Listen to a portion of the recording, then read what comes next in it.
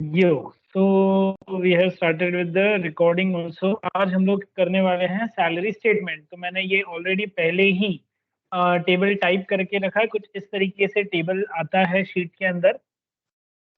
Okay, I hope सबने feedback forms भर दिए हैं एंड बैक टू आ गए हैं क्लास। अब गाइस यहाँ पे हम लोग स्टार्ट करते हैं। सबसे पहले तो कुछ चीजें टाइप की हुई है लेकिन वो प्रॉपर नहीं है जैसा शीट में चाहिए। जैसे यहाँ पे देखो गाइस, ग्रॉस सैलरी है लेकिन पूरा विजिबल नहीं है। तो इसको एक बॉक्स में कैसे विजिबल करेंगे, तो यहाँ पे व्रैप टेक्स्ट पे क्लिक करो और हो जाएगा। Same goes with net salary, again यहाँ पे भी व्रैप टेक्स्ट पे क्लिक करो हो जाएगा। एवरेज सैलरी यहाँ पे व्रैप टेक्स्ट पे क्लिक करो हो जाएगा। ग्रेड काउंट व्रैप टेक्स्ट पे क्लिक करो हो जाएगा। सो एक ही बॉक्स में वो ऊपर नीचे सब अरेंज हो जाते हैं। इसको हम लोग बोलते हैं यूजुअली व्रैप टेक्स्ट। अब क्वेश्चन वाइज आते हैं। प्रिपेयर द वर्कशीट पहला क्वेश्चन था जो मैंने सॉल्व कर लिया है। अरे इसमें क्वेश्चंस प्रॉपर नहीं है, रुको, एक और मेरी अच्छी वाली शीट है जो मैं आप लोग को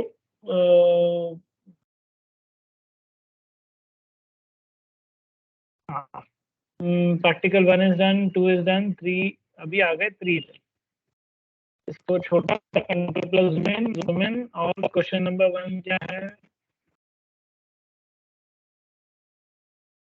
DA is 20% on basics. DA मतलब क्या? DA मतलब DNS अलाउंस, महंगाई भत्ता। अच्छा, मैं यहाँ पे सब क्या है ना स्पेलिंग्स एंड फुल फॉर्म से लिख के रखता हूँ।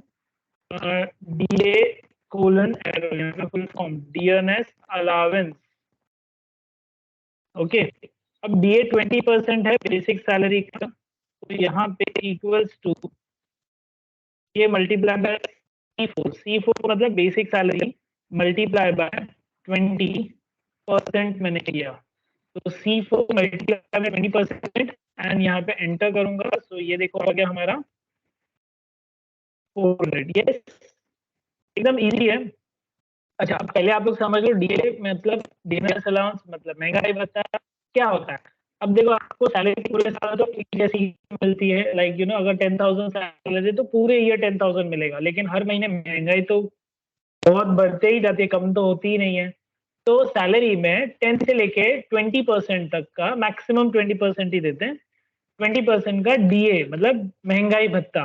कि भाई इन्फ्लेशन बहुत हाई हो रहा है तो एडिशनल 20% तुम और सैलरी में एड ऑन करके ले लो। दूसरा है टीए ट्रैवलिंग अलाउंस, ये तो फिक्स ही रहता है, आने जाने का किराया। HRA house rent allowance. House rent allowance में गई आप लोग ये चीज को समझो, जब भी जहां पे भी अगर आप कंपनी के पॉइंट ऑफ व्यू कहीं जाते हो तो हाउस रेंट अलाउंस हम लोग देते हैं, मतलब घर का रेंट तुम लोग देते हैं कंपनी, बिकॉज आप दूर कहीं जा रहे हो। बट आपने नोटिस किया रहेगा बहुत सारे पुलिस क्वार्टर्स होते हैं, बहुत सारे फायर ब्रिगेड क्वार्टर्स होते हैं, रेलवे के क्वार्टर्स होते हैं। तो जिनको है ना रेलवे क्वार्टर अलॉट करते हैं ना, उन लोग को HRA नहीं मिलता है। और अगर HRA वो अमाउंट चाहिए तो रेलवे क्वार्टर आपको छोड़ना पड़ेगा। तो वैसा भी सीन है। तो क्या चाहिए वो भी देखना, अगर आगे जाके आप एम्प्लॉयमेंट गवर्नमेंट एम्प्लॉयज में जाते हो या कोई मल्टीनेशनल कंपनीज में जाते हो, is equal to sum bracket open. Gross salary के लिए सेम है सम, और यहाँ से हम लोग C4 से F4 तक कर सकते हैं। बट सर ये तो रिपीटेड है, और कोई तरीका है? यस ऑफ कोर्स है। ऑल्ट इक्वल टू तो मैंने बता दिया था, अभी एक और तरीका है। यहाँ पे equal to C4 plus D4 plus E4 plus F4, आप इसको भी यूज कर सकते हो एज अ एडिशन का फॉर्मूला। उसके बाद नेक्स्ट है PF. PF is called provident fund. तो इक्वल्स टू यहाँ पे मैंने ले लिया G4 मल्टीप्लाई बाय 12%, तो ये हो गया आपका PF provident fund. Provident fund को आप ये नहीं समझ के रखो, आजकल CTC कंपनीज का सिस्टम होता है, तो उसके अंदर क्या होगा, प्रोविडेंट फंड का पूरा 12% आपके सैलरी से डिडक्ट होगा। एडिशनल जो 12% होगा वो भी आपकी सैलरी से डिडक्ट होगा, लेकिन ऑन पेपर नहीं होता है, वो ऑफ द पेपर होता है। एंड समझो आपकी सैलरी 10,000 है तो उन लोग बताएंगे 9,000 रुपया, फिर उन लोग पीएफ आपको 1,000 रुपया डालेंगे। पीएफ ईपीएफ होता है आजकल, इलेक्ट्रॉनिक प्रोविडेंट फंड है, तो ईपीएफ अकाउंट में डालेंगे। 1,000 कंपनी डालेगी, वो भी 1,000 रुपया जो है वो आप ही का सैलरी से में पहले ही डिडक्ट कर दिया। तो ऑन पेपर उन लोग नहीं दिखाते, बट CTC सिस्टम में तो ऐसा ही होता है। ओके इसके अलावा भी गाइज अगर आप बैंक्स में हो या आप कॉर्पोरेट जॉब्स में हो या फिर गवर्नमेंट जॉब्स में हो, वहां पे 10 मतलब मैक्सिमम 12% होता है। हाँ, कहीं 8%, 8 और 8 16% होता है, कहीं पे 10-20% होता है, ऐसा 24% इज मैक्स।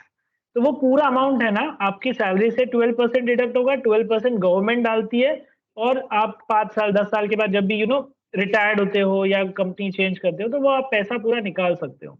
तो ये बेनिफिट है प्रोविडेंट फंड का। आईटी इनकम टैक्स, यहाँ पे इनकम टैक्स इस शीट में हम लोग कवर नहीं करेंगे, इनकम टैक्स की शीट अलग है, और ये काफी लंबा फॉर्मूला है पूरे वो स्लैब्स के साथ में। इसके लिए अगले शीट्स में हम लोग इसको जाएंगे अगले प्रैक्टिकल में। Equal to net salary. Net salary क्या है? G4 minus H4 minus I4। Enter करता हूँ। अब guys, जो लोग वीडियो देख रहे हैं उनको मैं बोलूंगा कि आप ये क्वेश्चंस को भी ध्यान में रखना। हम क्वेश्चन वाइज जा रहे हैं यहाँ पे। तो हमने थर्ड, फोर्थ और फिफ्थ क्वेश्चन सॉल्व कर लिया। फिफ्थ क्वेश्चन था net salary gross salary minus PF minus IT. अब यहाँ पे ना गाइस एक प्रॉब्लम होता है जो सब स्टूडेंट्स करते हैं, ये I4 है ना, इसको सब लोग समझ लेते हैं 14। तो क्या हो जाता है, अभी फॉर एग्जाम्पल देखो, फर्स्ट वाले में तो वैल्यू नील है, सेकंड वाले में 500 रुपया है, और आप लोग माइनस लिख लेते हो 14। तो है ना, टोटल आपका और आपके बाजू वाले का अलग अलग आएगा, क्योंकि एक ने समझा I4 और एक ने समझा 14। तो इस चीज का भी ध्यान रखना। अगेन इसके बाद में बोनस इज 20% और नेट सैलरी है, तो equals to net salary multiply by 20%। तो क्या हो जाएगा, नेट सैलरी का 20% एज अ बोनस आपको ऐड ऑन होगा। Easy formula same as DA की तरफ।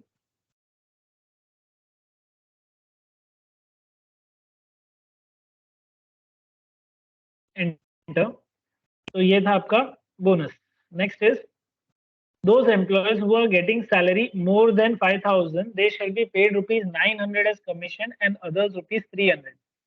ओके आ जाते back to point. Equals to if bracket open net salary more than equal to 5,000 है, कॉमा 900 कमीशन मिलेगा, अगर नहीं हुआ तो 300। तो अगर कम भी हुआ तो 300 तो मिलेगा, और 5,000 से ज्यादा हुआ तो 900 रुपीज, और एंटर करता हूँ तो ये हो गया कमीशन का। अच्छा अब जो मैं सारे फॉर्मूला उपयोग कर दूंगा ताकि आप सारे फॉर्मूला एक साथ देख सकूं। अच्छा चलो यही कभी कर लेते हैं हम लोग। मैं इस फॉर्मूला को नीचे तक ड्रैग करना चाहता हूँ, तो पहले यहाँ पे एक ही है तो इसको ऐसे ड्रैग कर लो। यहाँ पे दो फॉर्मूला है, दोनों ऐसा सिलेक्ट कर दिया, दोनों को एक साथ यहाँ पे नीचे तक ड्रैग कर लिया। अगेन ये पूरा यहाँ तक सिलेक्ट और यहाँ पे आके नीचे तक ड्रैग। सर अभी इसको ओपन करना है तो क्या करें? ओपन करने के लिए फॉर्मूला में जाएंगे, शो फॉर्मूला पे क्लिक करते हैं, सारे फॉर्मूला एक साथ ऑन हो गए। हाँ अभी यहाँ पे एक ड्रॉबैक है कि ये मैनुअली आपको सबको क्या करना पड़ेगा।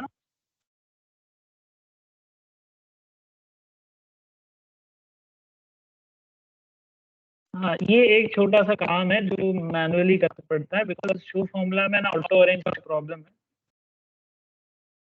वो बड़ा कर देता है फॉन्ट साइज, और मुझे मैनुअली इसलिए करना पड़ रहा है क्योंकि हर बॉक्स की सेल साइज अलग अलग है, बिकॉज ऑफ फॉर्मूला की रेंज अलग अलग है। ये ग्रेटर हो गया। आप यहाँ पे आप लोग एक स्क्रीनशॉट ले सकते हो मस्त वाला, एंड फिर हम लोग यहीं से आगे स्टार्ट करते हैं। जल्दी जल्दी स्क्रीनशॉट ले लो।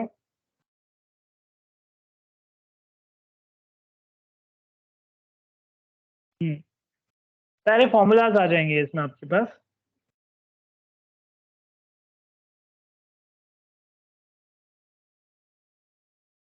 आई होप सबने स्क्रीनशॉट लिया है।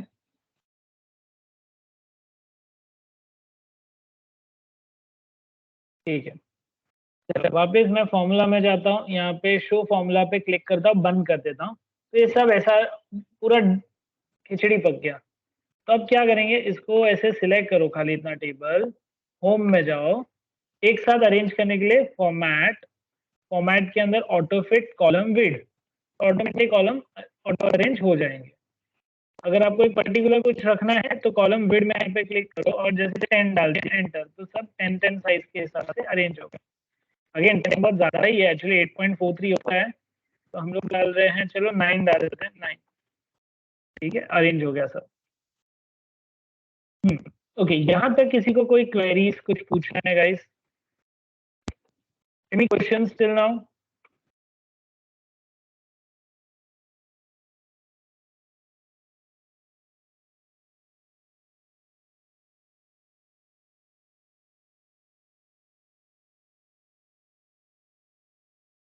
ओके, आई होप किसी को क्वेरीज नहीं है राइट नाउ। होप क्यों करना, हम अच्छा पढ़ा रहे हैं। नहीं सीरियसली गाइस, कुछ क्वेरीज है, डाउट्स है तो पूछ सकते हो।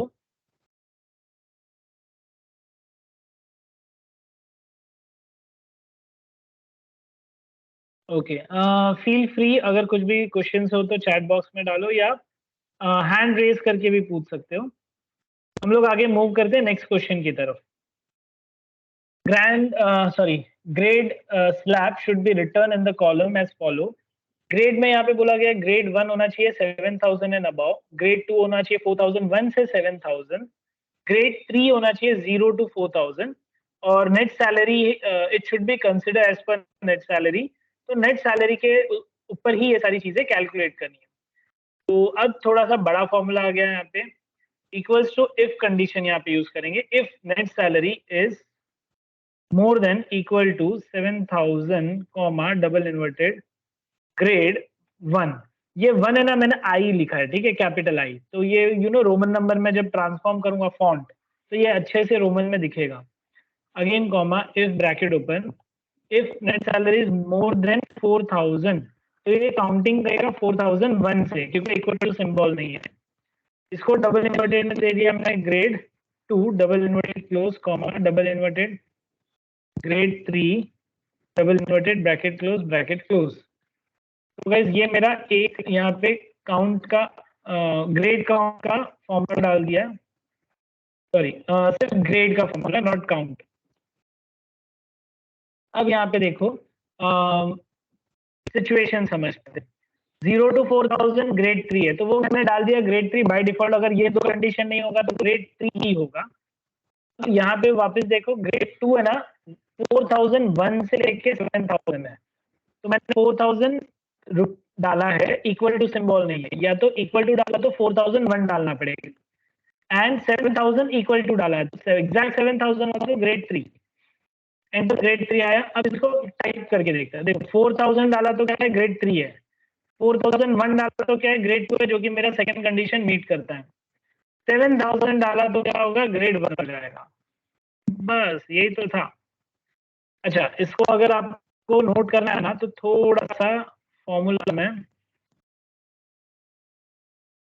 अभी आप नोट कर सकते हो, नोट कर लो या तो स्क्रीनशॉट ले सकते हो।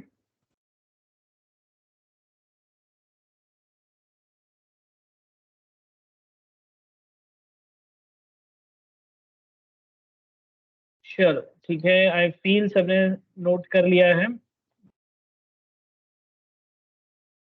अगेन कॉपी पेस्ट करते, ड्रैग,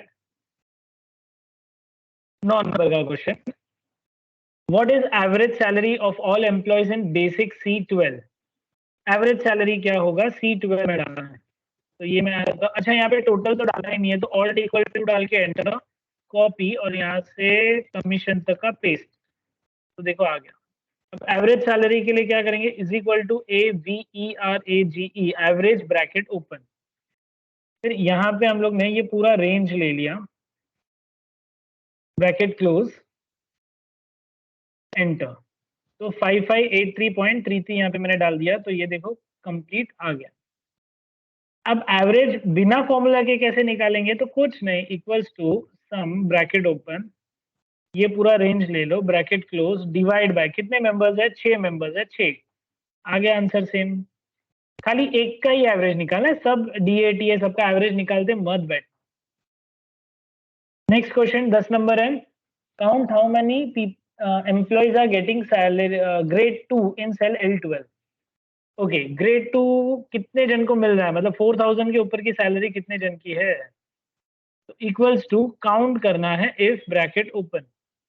बट हम लोग ये ग्रेड काउंट पे लेंगे, तो ग्रेड काउंट सेलेक्ट कर दिया, M4 से M9 कॉमा डबल इन्वर्टेड, यहाँ पे हम लोग लिखते हैं grade 2 double inverted bracket close. अब यहाँ पे एंटर करता हूँ तो ये देखो ग्रेड 2। तो गाइस ग्रेड 2 अभी एक मतलब यहाँ पे ग्रेड 2 ही है ना। चलो मैं इसको है ना वापस आपकी आंखों का धोखा करता हूँ। मैंने 2 ही लिखा है, अब 0 क्यों? अच्छा अब इसको है ना मैं फॉन्ट चेंज कर रहा हूँ, मुझे ये आपको बताना है इसके लिए, क्योंकि ये चीज है ना ऑफिसेज में बहुत होती है जब हम लोग प्रैक्टिकली कहीं पे काम कर रहे होते हैं। और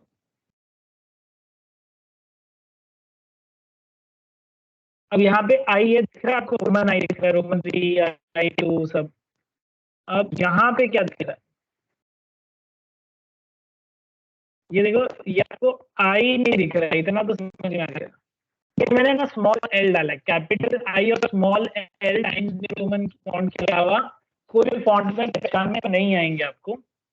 तो यहाँ पे हम लोग ले लेते हैं वापस से कैपिटल आई। अब दिख रहा है आई जैसा, हाँ हम लोग जो इंग्लिश में लिखते हैं। यस, तो ये था एक कैच मतलब काउंट फॉर्मूला यूज करने के टाइम पे। नेक्स्ट क्वेश्चन है guys, mark all employees with red colour whose font या whose gross salary is more than 6000। तो 6000 से ज्यादा वाली सैलरीज को मार्किंग करना है तो फिगर्स को सिलेक्ट करना पड़ेगा आपको। फिगर सिलेक्ट करने के बाद condition formatting, highlight cell rules, greater than 6000 बोला है ना तो ग्रेटर देन सिंबल ले रहा हूँ। ग्रेटर देन एंटर किया, यहाँ पे 6000 डाल दिया, यहाँ पे क्लिक किया again. Red fill, light red fill है नहीं, मेरे को रेड टेक्स्ट चाहिए। पर देखो ना कलर अच्छा नहीं आ रहा है, मतलब समझ में नहीं आ रहा, आप लोग को तो दिखेगा भी नहीं। तो मैं यहाँ पे क्या करता हूँ, कस्टम में जाता हूँ, यहाँ पे बोल्ड लेता हूँ, कलर में जाता हूँ एकदम dark red, cherry red, tomato red जो बोलना है, ये वाला रेड लिया। देखो अभी विजिबिलिटी भी है और ओके करता हूँ।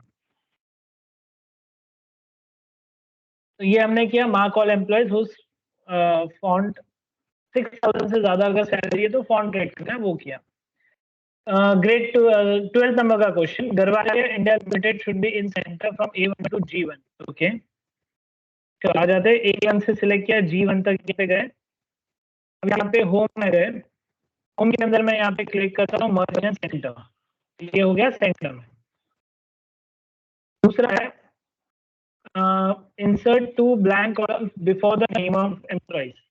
अगर 2 जन का मुझे यहाँ पे नाम डालना है तो मैं यहाँ पे बी कॉलम पे राइट क्लिक करूंगा, इंसर्ट पे क्लिक करूंगा, तो ये देखो आ गया।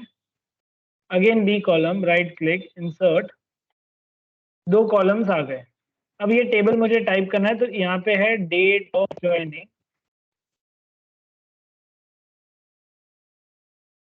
यहाँ पे number of days, date of joining समझो 5/22/1999 है। अब मुझे चाहिए यहाँ पे एग्जैक्टली। अब guys, ये डेट ले रही है कि नहीं ले रही है समझ में आ रहा है? नहीं ले रही है guys। मेरे कंप्यूटर में नीचे फॉर्मेट देख लो, 14 तारीख है, फिर 9वां महीने है, यहाँ पे मंथ पहले, तो इसको कट करना पड़ेगा आपको, 5 ऐसे करना पड़ेगा 22/5। तो देखो अभी डेट चेंज किया, थोड़ा सा बड़ा कर देते हैं, अभी विजिबल है। हैश हैश आता है मतलब डेट या वैल्यू है ना वो बॉक्स में अरेंज नहीं हो रही। अब इक्वल्स टू, अच्छा यहाँ पे है ना एक फॉर्मूला जो यूज होगा वो ये है, डेटेड इफ ब्रैकेट ओपन, ये date D4 comma today bracket open close comma double inverted. मैं यहाँ पे ले लेता हूँ, क्या काउंट करेंगे इसके डेट, तो D double inverted close bracket close enter. तो इस डेट को आज तक की तारीख तक हो गया 8881 डे। हाँ एक टाइम था जब मैं सीख रहा था तब 3000 के आसपास होता था, आज 5000 के ऊपर के दिन हो गए। आए वो दिन। चलो नेक्स्ट क्वेश्चन पे जाते हैं। 13 नंबर एंड अरे रे हाँ, 13 number and 14 number is done. 14 number of days ही काउंट करना था, जिसने कर दिया। 15 नंबर का question, rename sheet as payroll. अब पेरोल इस शीट का नाम चेंज करना है तो 2 ऑप्शन है, एक है यहाँ पे फॉर्मेट रीनेम शीट, दूसरा ये शीट टैब है ना, इसको शीट टैब बोलते हैं, यहीं पे राइट क्लिक कर दो नीचे, यहाँ पे रीनेम क्लिक कर दो और खुद से टाइप कर दो पेरोल, एंटर। दूसरा type your name in header box centre and file name in footer box. Okay, तो सबसे पहले इंसर्ट में जाते हैं, हेडर में जाते हैं, सेंटर साइड में क्या लिखना है, फाइल नेम लिखना। फाइल नेम तो मैंने दिया ही नहीं है, तो यहाँ पे फाइल नेम पे क्लिक कर दो, बस ऑटोमेटिक नाम हो जाएगा। अभी नीचे मूव करता हूँ, समझो यहाँ पे मुझे पेज नंबर डालना है, तो यहाँ पे पेज नंबर भी डाल सकता हूँ। हाँ, क्वेश्चन नहीं, लेकिन हम लोग सीख रहे हैं इसलिए डाल देते हैं। 5 का 5 चाहिए तो 5 भी आ जाएगा, देखो। फिर यहाँ पे क्लिक किया, मुझे डेट और टाइम चाहिए तो डेट एंड टाइम दिया, बॉक्स के बाद क्लिक किया, यहाँ पे सब सेट है। पेज नंबर 1 है, पेज नंबर 2 पे देखो ऑटोमेटिक उसने सारी चीजें ले लिया। तो that's it in this particular practical. इसको एक पेज पर प्रिंट कैसे करेंगे वो हम लोग सीखेंगे, बट ये वाला सेशन ऑलरेडी काफी लंबा हो गया है, तो मैं चाहूंगा कि पहले आप लोग इस चीज को प्रैक्टिस करो, फिर हम लोग आगे बढ़ते हैं। अच्छा, ये सोल्यूशन वाली शीट है जो मैं आप लोग के साथ शेयर कर रहा हूँ ग्रुप में।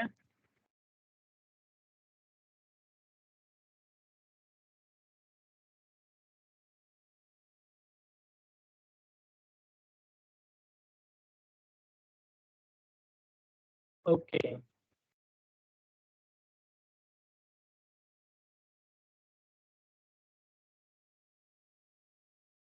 यस, मैं अभी आपको टाइम दे रहा हूँ जिया, सो आप लोग इसको पे सॉल्व करो, इन बिटवीन कुछ क्वेरीज आती है तो आप पूछो, एंड देन हम लोग आगे बढ़ेंगे। तो इस पार्ट को यहीं पे मैं पॉज करता हूँ।